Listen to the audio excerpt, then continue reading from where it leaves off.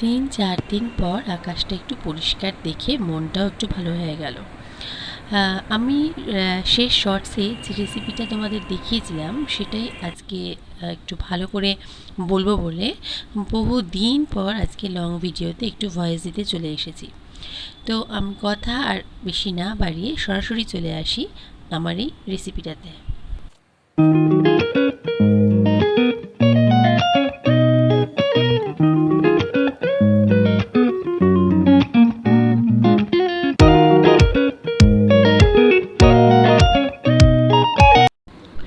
যেহেতু লাচ্ছা পরোটা করব তো সেই জন্য আটাটা একটু আগে থাকতে মেখে রাখলে ভালো হয়, তাই সবার প্রথমে আটা মাখার কাজটাই করছি।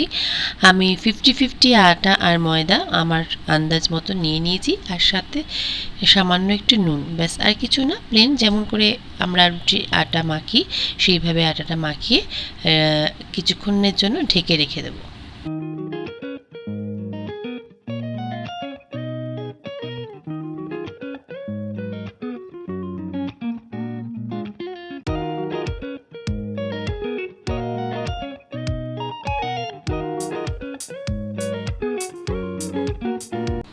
এবার আস্তে আস্তে পনিরের জোগাড়টা শুরু করছি।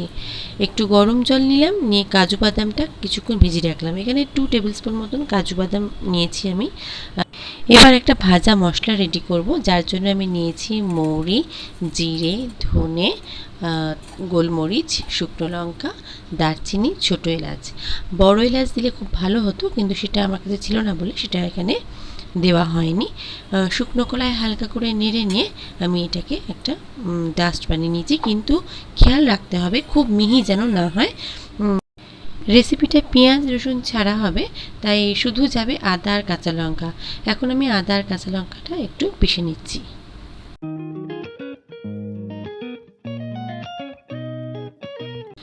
এবার ওই ভেজানো কাজু বাদামের সাথে একটু পনিরের কড়া টুকরো নিয়েছি আমি।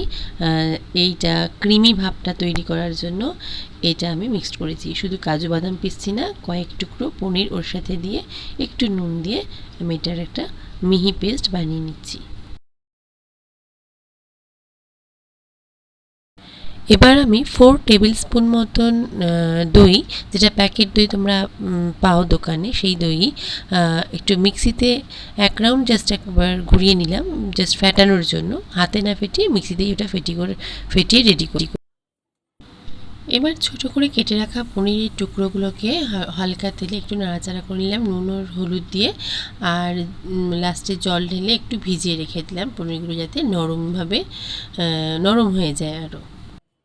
এবার অন্য একটা সসপ্যানে চৌকো করে কেটে রাখা ক্যাপসিকাম আর টমেটো সামান্য নুন দিয়ে একটু নাড়াচাড়া করে ঢেকে দেব নরম হওয়ার জন্য।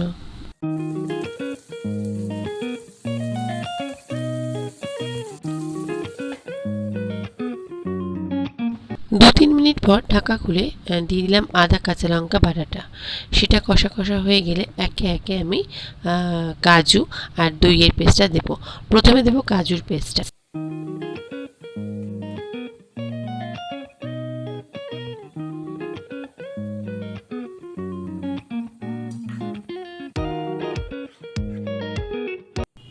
ফ্যাটানো দইটা এবারে দিতে হবে, কিন্তু এটা দেওয়ার সময় খেয়াল রাখতে হবে আঁচ একদম কম থাকবে, আর দইটা অল্প অল্প করে মেশাতে হবে। একেবারে পুরোটা ঢেলে দিলে কিন্তু দই ফেটে যেতে পারে, তাই জন্য নাড়াতে থাকতে হবে আর দইটা অল্প অল্প করে দিতে থাকতে হবে।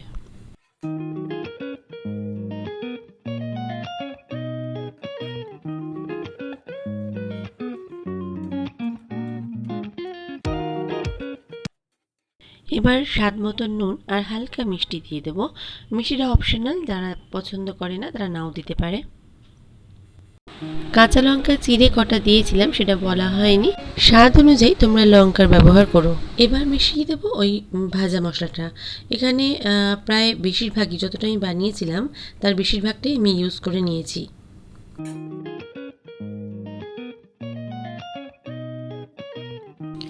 প্রায় সব মশলাই কষানো হয়ে গেছে।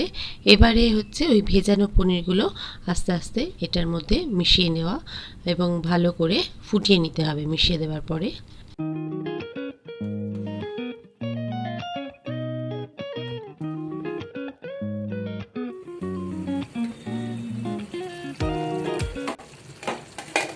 সবশেষে দিয়ে দেবো একটু কাসুরি মেথি, যেটা এই গ্রেভির স্বাদটাকে আরও টেস্টি করে দেবে।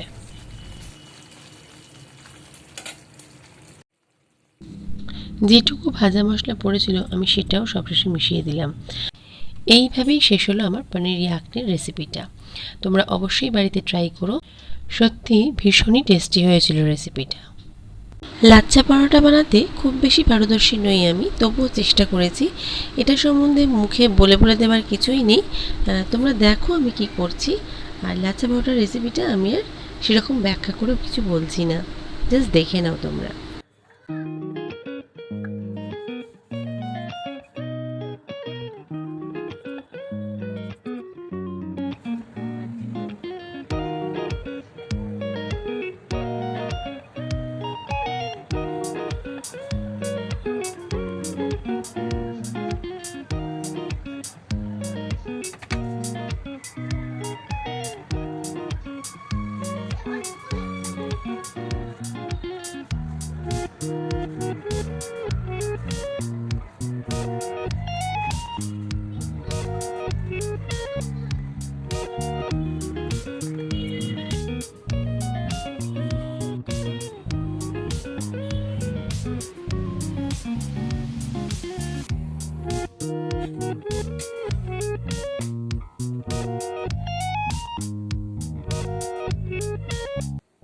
আমরা খাদ্যরসিক বাঙালিরা নিরামিষ দিনেও ঠিক খুঁজে খুঁজে বার করে নিই সুস্বাদু খাবার। ঠিক সেই রকমই এটা একটা সুস্বাদু ডিনার হয়েছিল সেদিনকে। আমার ছেলেও খেয়ে খুব মজা পেয়েছে, মানে খুবই আনন্দ করে খেয়েছে। তো তোমরা অবশ্যই ট্রাই করো আর কমেন্টে জানিও কেমন লাগলো তোমাদের নিজেরা রান্না করার পর।